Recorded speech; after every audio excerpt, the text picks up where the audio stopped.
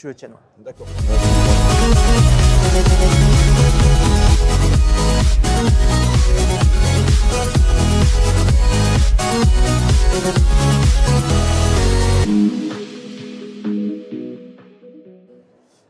Bonjour Eric Vatens, vous venez en tant que représentant de Respire. Que devient justement Respire? Eh bien, Respire, Romain est né donc durant le Covid, sous l'impulsion donc de Fabio Cassilli, qui a créé le mouvement. Nous sommes structurés en association qui s'est bien développée. Maintenant, nous avons plus de 50 adhérents et nous avons aussi environ 5000 membres sur notre groupe Facebook et plus de 11 000 abonnés sur notre page LinkedIn, sur laquelle nous sommes donc très actifs dans les réseaux sociaux. Et nous avons également un site internet, respire.travel, sans faire trop de publicité, sur lequel j'invite tout le monde à aller se promener, parce qu'en fait, on a résumé sur ce site l'ensemble de nos actions depuis 2-3 ans, à savoir l'ensemble des webinaires que nous avons mis en place depuis la création de l'association, également toutes les vidéos relatives aux respirations durables, événements que nous avions créés il y a un an, les états généraux du tourisme aussi, et également pour terminer, nous avons le fameux livre blanc qui avait été bien mis en valeur, qui est présent et mis à disposition pour l'ensemble du lectorat et des adhérents de Respire. Et quelle est l'actualité de l'association maintenant? Alors, l'actualité, elle est double. Premièrement, nous allons fêter les 3 ans de Respire.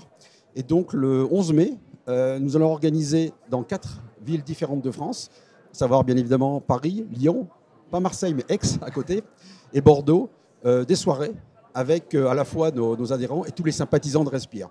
Parce qu'on a bien conscience que, encore plus qu'avant, maintenant nos adhérents et les membres du secteur du tourisme ont besoin de réseauter. Et donc ce sera une occasion. Ça c'est le premier point, l'actualité. Le deuxième point, nous continuons à organiser des webinaires sur des sujets assez transversaux.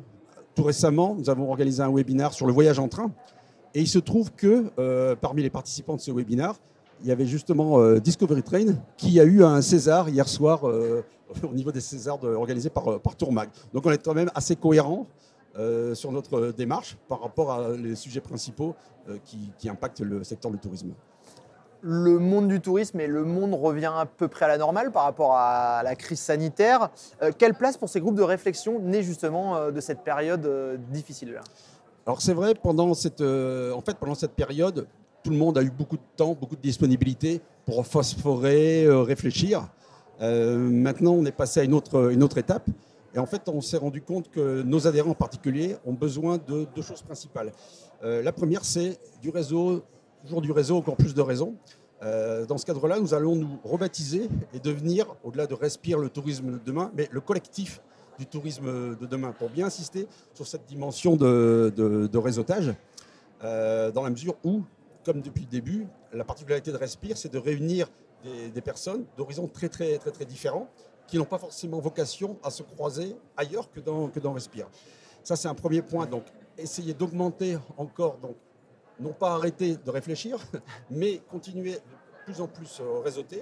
Et deuxième point, passer à des actions concrètes, puisqu'à aujourd'hui, c'est ce dont les personnes ont besoin.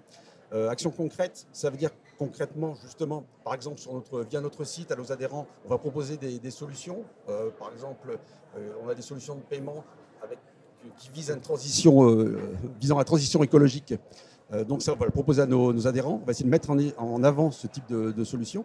Et également proposer des formations sur des sujets en lien, évidemment, avec la RSE et la transition écologique. Donc on est très actifs et on passe à plus de concret. Et on a bien réfléchi, mais on passe à autre chose aussi. Et justement, vous êtes actif et un acteur engagé sur le développement durable. Est-ce que le tourisme n'a pas assez respiré? C'est une bonne question. Alors j'ai envie de dire maintenant, il y a 2 points. C'est que maintenant, on est passé à une phase de plus de transpiration. En fait, à mesure où l'activité a repris très fortement, donc tout le monde sue beaucoup. On a énormément tous beaucoup d'activités. Donc la deuxième phase, c'est on respire peut-être un peu moins, mais on transpire beaucoup. Et je dirais, il y a un point qui me semble très important. Suite à ces 3 ans, un point pour lequel nous, dans l'association, nous sommes convaincus, c'est le tourisme ne va pas expirer dans tous les cas. Eh ben, merci Eric, merci pour ces beaux mots. Merci Romain. Et on se donne rendez-vous très bientôt sur Tourmag. Merci.